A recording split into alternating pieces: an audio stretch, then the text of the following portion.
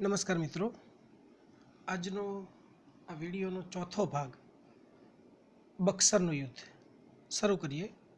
પ્રશ્ન 1. બક્સરના યુદ્ધમાં અંગ્રેજી સેનાનું નેતૃત્વ કોણે કર્યું હતું? જવાબ છે હેક્ટર મુનરોએ. આમાં આપણે યાદ રાખવાનું કે પ્લાસીના યુદ્ધમાં અંગ્રેજી સેનાનું નેતૃત્વ રોબર્ટ ક્લાઇવે કર્યું હતું, જ્યારે બક્સરના યુદ્ધમાં તેનું નેતૃત્વ હેક્ટર મુનરોએ કર્યું હતું. પ્રશ્ન 2. બક્સરના યુદ્ધ સમયે દિલ્હીના સમ્રાટ કોણ હતા? જવાબ છે શાહ આલમ દ્વિતીય.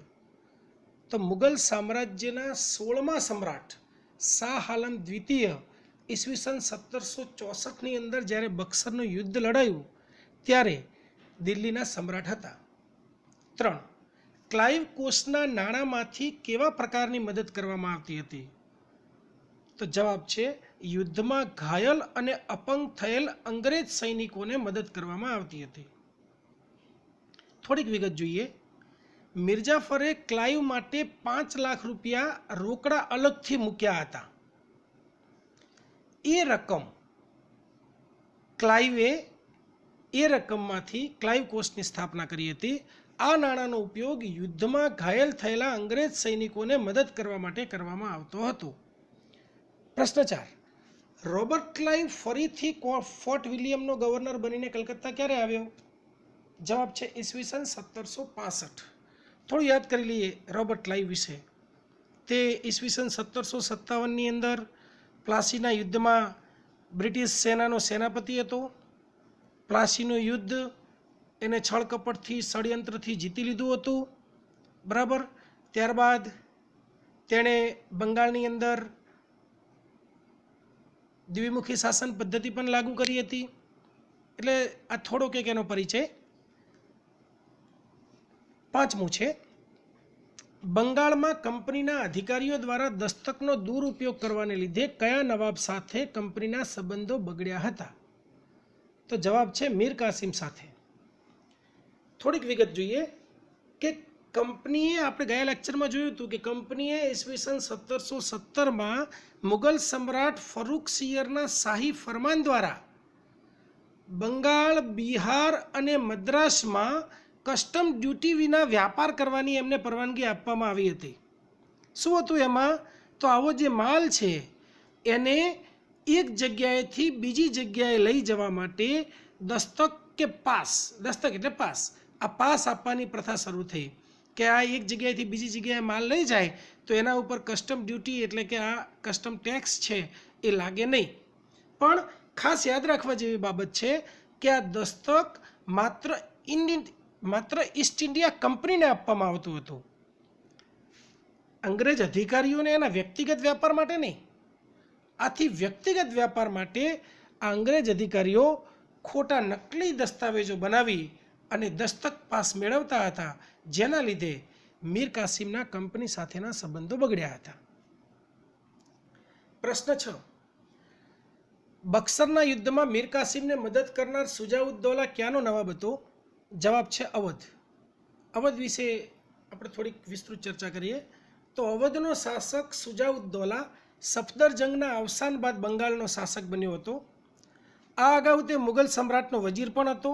ઈસવીસન 1764ના બક્સરના યુદ્ધમાં એનો પરાજય થતાં તેને અલ્હાબાદ અને કરા જિલ્લાઓ યુદ્ધના દંડ પેટે અંગ્રેજોને સોંપવા પડ્યા હતા અને ઈસવીસન 1775માં આ સુજાઉદ્દૌલાનું અવસાન થાય છે. થોડીક આગળ વાત કરીએ તો 1775થી કરી અને 1801 સુધીના અવધના જે શાસકો છે એ નિર્બળ અને નામ માત્રના શાસકો રહ્યા હતા. એમની પાસે કોઈ સત્તા નથી અને ઈસવીસન 1801ની અંદર આ અવધના નવાબે અંગ્રેજ ગવર્નર જનરલ વેલેસ્લીની સહાયકારી યોજનાનો સ્વીકાર કર્યો અને એની સાથે જ અવધના સ્વતંત્ર રાજ્યનો અંત આવ્યો. આમ બક્સરના યુદ્ધમાં મીર કાસિમને મદદ કરનાર સુજાઉદ્દૌલા એ અવધનો નવાબ હતો. પ્રશ્ન 7. બક્સરનું યુદ્ધ ક્યારે લડાયું હતું? જવાબ છે 1764માં. 23મી ઓક્ટોબર 1764ના રોજ બંગાળના નવાબ મીર કાસિમ, અવધના નવાબ સુજાઉદ્દૌલા તથા મુગલ બાદશાહની સંયુક્ત સેના અને અંગ્રેજો વચ્ચે યુદ્ધ લડાયું હતું. આ બક્સરનું યુદ્ધ કોની કોની વચ્ચે લડાયું હતું? એક પક્ષે અંગ્રેજો હતા, બીજા પક્ષે બંગાળના નવાબ મીર કાસિમ, અવધના નવાબ સુજાઉદ્દૌલા તથા મુગલ બાદશાહની સંયુક્ત સેના. એક બાજુ આ ત્રણની સંયુક્ત સેના અને બીજી બાજુ અંગ્રેજો, એમની વચ્ચે આ યુદ્ધ લડાયું હતું. આ યુદ્ધની અંદર અંગ્રેજોનો વિજય થયો. ત્યારબાદ અંગ્રેજોને બંગાળ, બિહાર અને ઓરિસ્સાની દીવાની સત્તા મળી હતી. દીવાની સત્તા એટલે મહેસૂલ ઉઘરાવવાની સત્તા. અને બંગાળની અંદર દ્વિમુખી શાસન પદ્ધતિની શરૂઆત થઈ. એનો આપણે આગળ થોડોક વિસ્તૃતમાં અભ્યાસ કરીએ. પ્રશ્ન 8. બક્સરના યુદ્ધમાં અંગ્રેજ લશ્કરનો સેનાપતિ કોણ હતો? જવાબ છે હેક્ટર મુન્રો અથવા હેક્ટર મનરો. બક્સરના યુદ્ધમાં સેનાપતિ તરીકે હેક્ટર મુન્રો. યાદ કરીએ, પ્લાસીના યુદ્ધમાં સેનાપતિ તરીકે રોબર્ટ ક્લાઇવ તથા બંગાળના ગવર્નર તરીકે એ વખતે કોણ હતું? એડમિરલ હેનરી વેન્સીટાટ હતો. 1759 થી 1764 સુધી. પ્રશ્ન 9.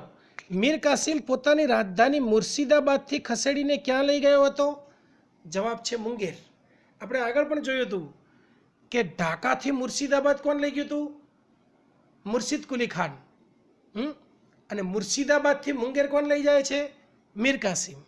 આ મીર કાસિમ જે છે એ મુંગેર ગયા બાદ જે પોતાની રાજધાનીનું સ્થાનાંતર મુર્શિદાબાદથી મુંગેર કરે છે અને ત્યારબાદ એ પોતાની સેનાનું પુનર્ગઠન કરે છે અને સેનાનું આધુનિકીકરણ પણ કરે છે. આથી અંગ્રેજોને એના ઉપર શંકા ગઈ કે આ મીર કાસિમ મુંગેરમાં જઈને કદાચ બ્રિટિશ સત્તા સામે વિદ્રોહ ન કરે એમ. પ્રશ્ન 10. બંગાળના કયા નવાબે અંગ્રેજોની જેમ ભારતીય વ્યાપારીઓને પણ મુક્ત વ્યાપાર કરવાની પરમિશન આપી હતી, પરવાનગી આપી હતી? બહુ સરસ, બહુ અગત્યનો અને ખરેખર સમજવા જેવો. આ પ્રશ્ન સમજ્યા પછી લાગશે કે ખરેખર મીર કાસિમ એ આ અગાઉના જે બંગાળના શાસકો થયા એના કરતાં ખરેખર હોશિયાર અને લાયક શાસક હતો. મીર કાસિમે શાસનતંત્રની અંદર ઘણા સુધારા કર્યા હતા. એને રાજ્યનો ખર્ચ ઘટાડ્યો અને અંગ્રેજોનું દેવું પણ ચૂકતે કરી આપ્યું હતું. એણે ભારતના વેપારીઓ પાસેથી કર લેવાનું બંધ કર્યું, કેમ કે દસ્તક લઈ અને અંગ્રેજી અધિકારીઓ અને ઈસ્ટ ઇન્ડિયા કંપની એ જો ટેક્સ ના ચૂકવતા હોય તો ભારતીય વેપારીઓ શું કામ ટેક્સ ચૂકવે?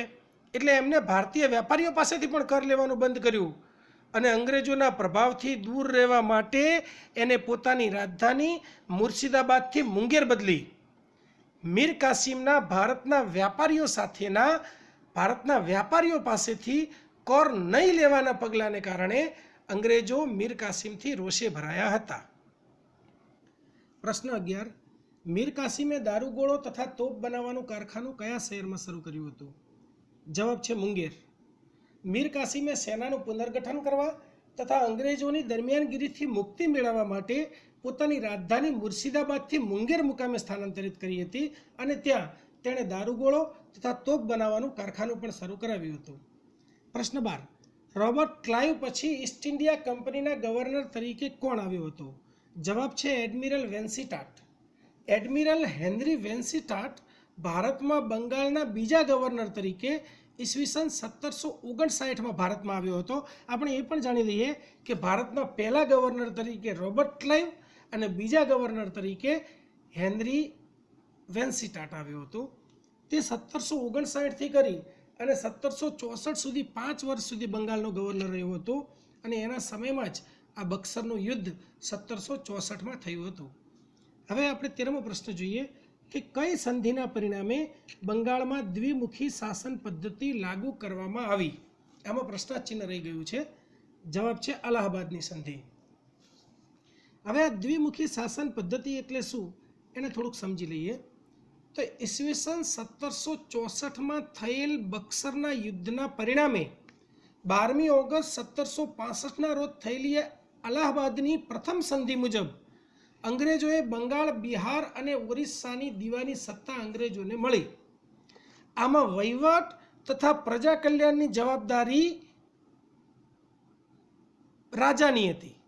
સમજો, આમાં વહીવટ તથા પ્રજા કલ્યાણની જવાબદારી રાજાની હતી, જ્યારે મહેસૂલ ઉઘરાવવાની સત્તા કંપની પાસે હતી. ફરીથી, અલ્હાબાદની પ્રથમ સંધિ મુજબ અંગ્રેજોને બંગાળ, બિહાર અને ઓરિસ્સા રાજ્યોની દીવાની તો મળી, પણ આમાં વહીવટ અને પ્રજા કલ્યાણ, એ રાજ્યોમાં વહીવટ અને પ્રજા કલ્યાણ કરવાની જવાબદારી કોની હતી? રાજાની હતી, નવાબની હતી. જ્યારે મહેસૂલ ઉઘરાવવાની સત્તા કોની પાસે હતી? કંપની પાસે. કેવું થયું? કંપની પાસે સત્તા હતી પણ કોઈ જવાબદારી ન હતી, અને નવાબ પાસે જવાબદારી હતી પણ કોઈ સત્તા ન હતી. ફરીથી, કંપની પાસે સત્તા હતી પણ કોઈ જવાબદારી નથી, અને નવાબ પાસે જવાબદારી હતી પણ કોઈ સત્તા નથી. પરિણામે પ્રજાની ફરિયાદ સાંભળનાર કોઈ ન રહ્યું. આથી ત્રણેય પ્રાંતોની અંદર અરાજકતા અને અવ્યવસ્થા ફેલાઈ. કંપનીના અધિકારીઓએ મહેસૂલ એકઠું કરવા માટે બેફામ લૂંટ ચલાવી. આથી ખેતી, વ્યાપાર અને ઉદ્યોગોને ભારે નુકસાન થયું. ઈસવીસન 1770માં બંગાળની અંદર ભીષણ દુષ્કાળ પડ્યો. વસ્તીનો આશરે 5મો ભાગ ભૂખમરાથી મૃત્યુ પામ્યો. ખેડૂતો અને કારીગરો બેહાલ બન્યા. આમ દ્વિમુખી શાસન પદ્ધતિથી એક વખતનું સમૃદ્ધ બંગાળ પાયમાલ થઈ ગયું.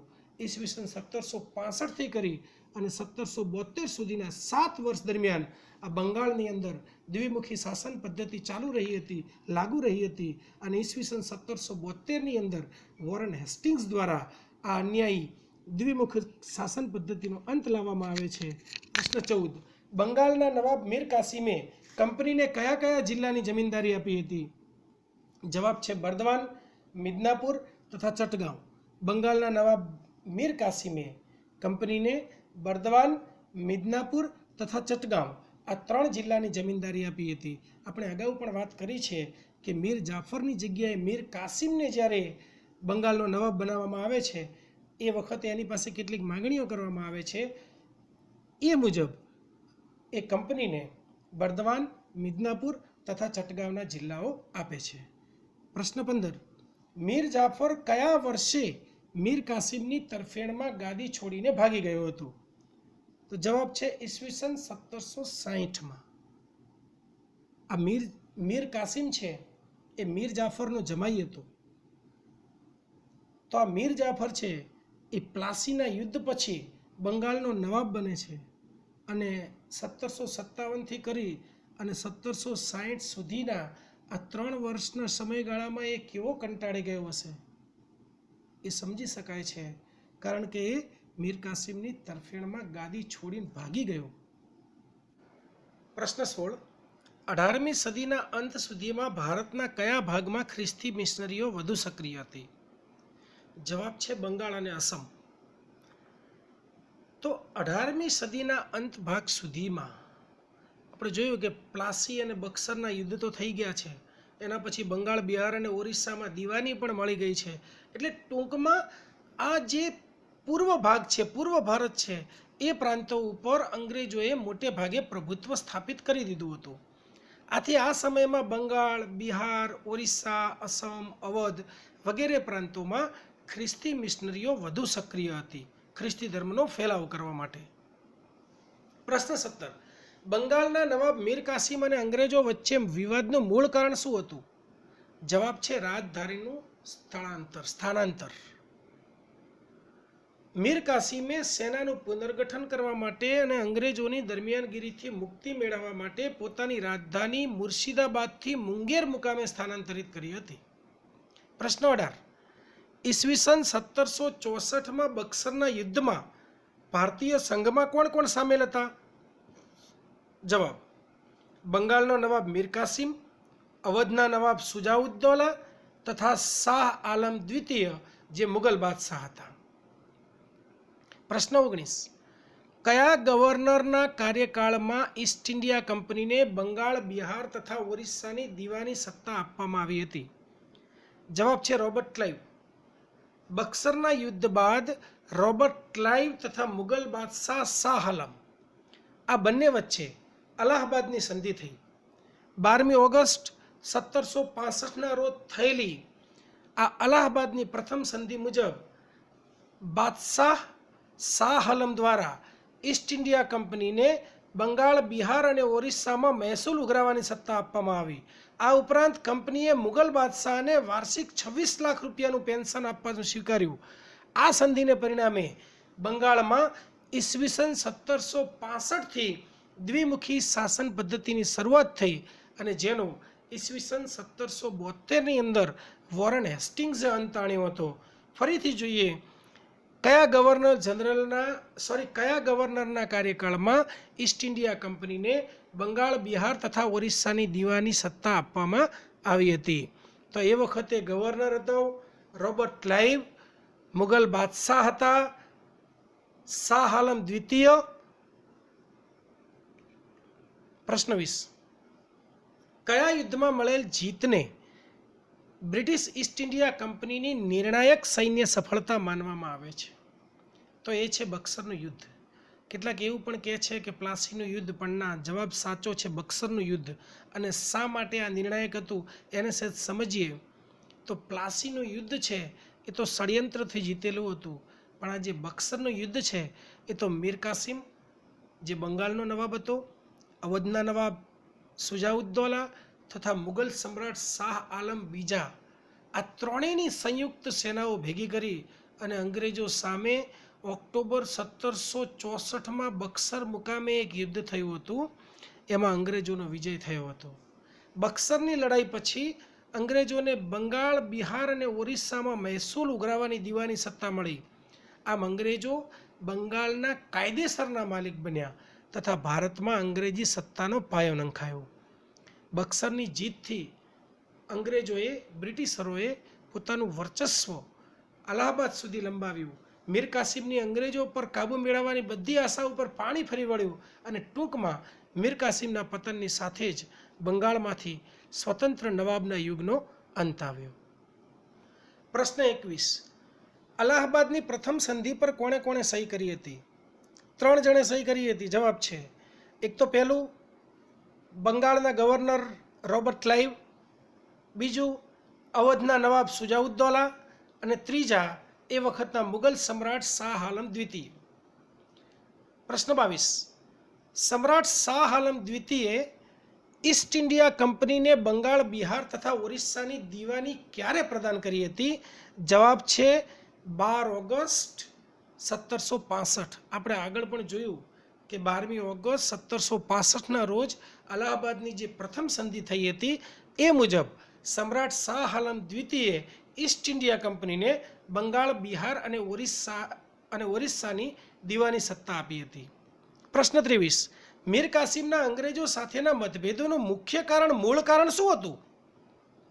એનો જવાબ છે વ્યાપારી કર, કસ્ટમ ડ્યુટી. ઈસ્ટ ઇન્ડિયા કંપનીના અંગ્રેજ અધિકારીઓ અને કર્મચારીઓ પોતાનો નિજી વ્યાપાર પણ કરતા હતા. અને એ શું કરતા હતા કે આના નકલી દસ્તાવેજો બનાવી અને એની મદદથી ગેટ પાસ બનાવી અને આ કસ્ટમ ડ્યુટીની ચોરી કરતા હતા. આથી મીર કાસિમ ગુસ્સે ભરાયો કે 1717ના ફરૂખ સિયરે જે શાહી ફરમાન આપ્યું હતું એ મુજબ માત્ર ઈસ્ટ ઇન્ડિયા કંપનીને જ કસ્ટમ ડ્યુટી ફ્રી વ્યાપાર કરવાની પરમિશન આપવામાં આવી હતી. કંપનીના અધિકારીઓ કે કર્મચારીઓના ખાનગી વ્યાપાર માટે નહીં. અને એને કારણે ગુસ્સે થઈને ભારતીય વેપારીઓ પરનો કર પણ ભારતીય વેપારીઓ ઉપર પણ જે કસ્ટમ ડ્યુટી લાગતી હતી એને પણ મીર કાસિમે નાબૂદ કરી. આથી અંગ્રેજો સાથે એના મતભેદો વધ્યા અને જે તેને બક્સરના યુદ્ધ તરફ દોરી ગયા. પ્રશ્ન 24. અંગ્રેજોએ મીર કાસિમ પાસેથી શાહ આલમ બીજાને કેટલા નજરાણા રૂપિયા અપાવ્યા હતા? જવાબ છે 12 લાખ રૂપિયા અંગ્રેજોએ મીર કાસિમ પાસેથી શાહ આલમ બીજાને નજરાણા રૂપિયા અપાવ્યા હતા. અને છેલ્લો પ્રશ્ન 25. બક્સરના યુદ્ધ બાદ અંગ્રેજોને ફાયદો શું થયો? આમ તો ફાયદો જ હતો, ઘણો ફાયદો હતો, પણ જોઈએ જવાબ. બંગાળમાં દીવાની અધિકારો મળ્યા હતા. અયોધ્યાના નવાબે કંપનીને 50 લાખ રૂપિયા આપવાનું સ્વીકાર્યું. પહેલો ફાયદો શું થયો? અયોધ્યાના નવાબે કંપનીને 50 લાખ રૂપિયા આપવાનું સ્વીકાર્યું. બીજું શું થયું? કંપનીને બંગાળ, બિહાર અને ઓરિસ્સાની દીવાની સત્તા એટલે કે મહેસૂલ ઉઘરાવવાની સત્તા મળી. આ બક્સરના યુદ્ધથી અંગ્રેજો કાયદેસર રીતે બંગાળના માલિક બન્યા તથા મહેસૂલ ઉઘરાવવાની સત્તા પ્રાપ્ત થતાં ભારતમાં અંગ્રેજોની રાજકીય સત્તાની શરૂઆત થઈ. Thank you very much.